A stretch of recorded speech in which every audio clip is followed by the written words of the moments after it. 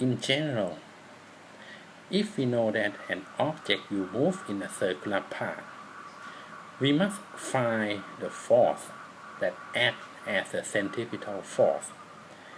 As in the previous figure, the tension in the string acts as a centripetal force.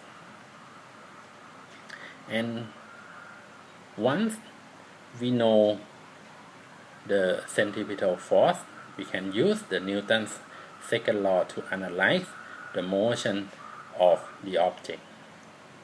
Let's see some example. If we look at an conical pendulum,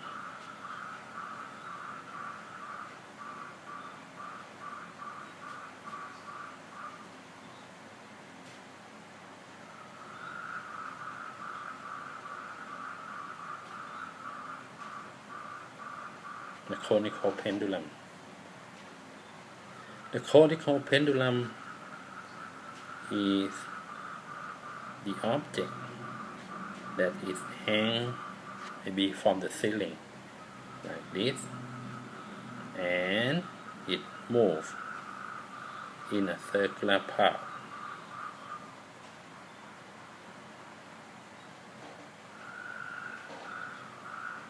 Okay.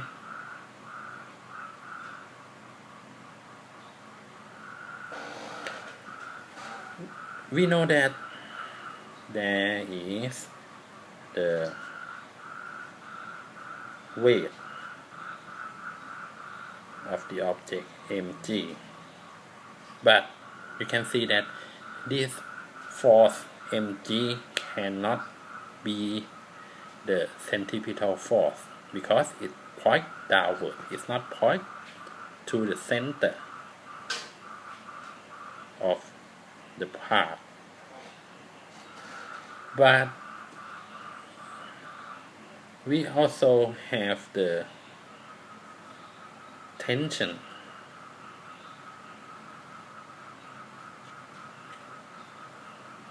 in the string.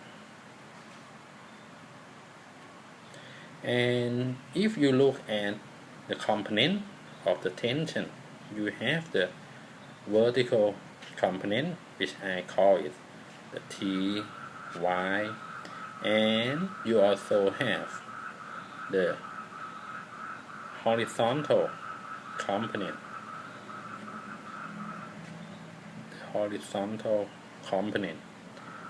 And I call this TR, where we have that T is equal to Ty plus Tr. Okay, and it is obvious from the figure that this Tr is acts as a centripetal force. So it means that once we know Tr, we can use the second law and the relation of the centripetal force to the mass, the velocity, and the radius of the circle to analyze the motion. Okay. We also have some more information. Since the object moves on the horizontal plane, so we must have that the component of the net force in the vertical direction is equal to 0. So we have this relation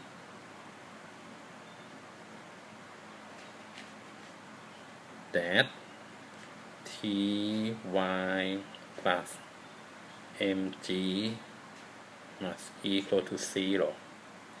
So this is a useful information when you do the calculation. You will have these two relations. T is equal to the Tr plus Ty plus Tr. Ty plus mg is 0, and we also know that the magnitude of Tr is equal to the mv squared over r. So all of this information is useful when you want to analyze the motion of this object. Now we come to the case when the speed of the circular motion is not a constant. It means that the object is subject to both the centripetal force and the tangential force. As in this figure, you can see that this is the net force on the object, and you have both the centripetal force, this force that point toward the center of the circle, and the tangential force like this. For example, again, if you are looking at the circular motion of an object on the vertical plane,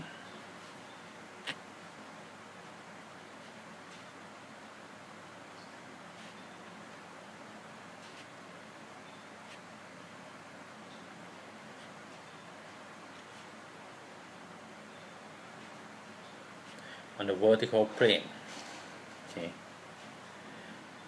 and if I assume that there is the string attached to the object,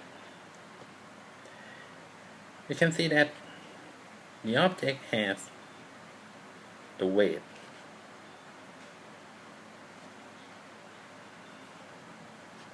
mg.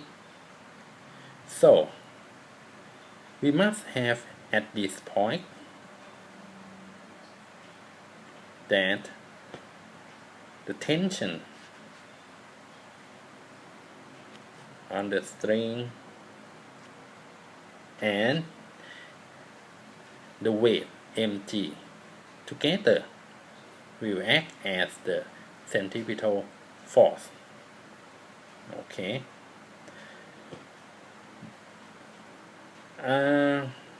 At this point, we will have that T plus mg is the Fc. Okay. Now, when the object moves to this position,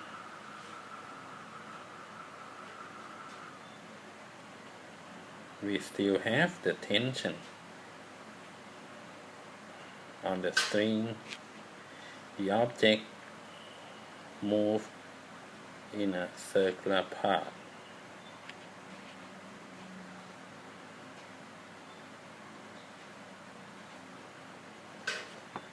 Okay, something like this. We also have the weight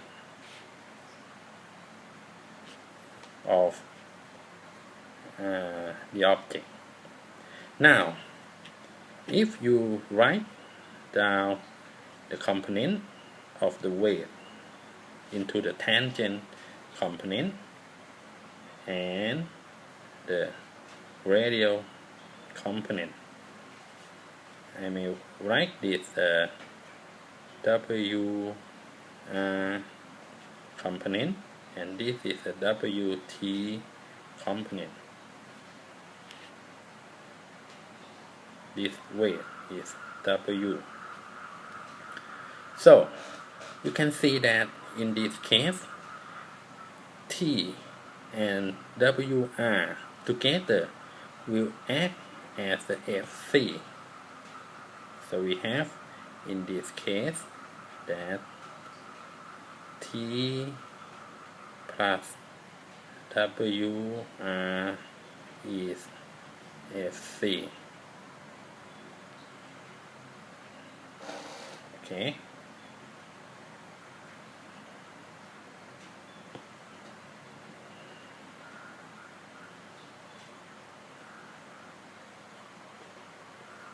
This Fc will act as a centripetal force, and this force will make the object move in this circular path. But you can see that we also have the tangent component of the weight. So this component will change the speed of the object. In this case, it seems that it will slow down the speed of the object, and that is reasonable. Okay, so this is an example of the non-uniform circular motion, that you can have both the radial force or the centripetal force and the tangential force that will change the velocity of the object.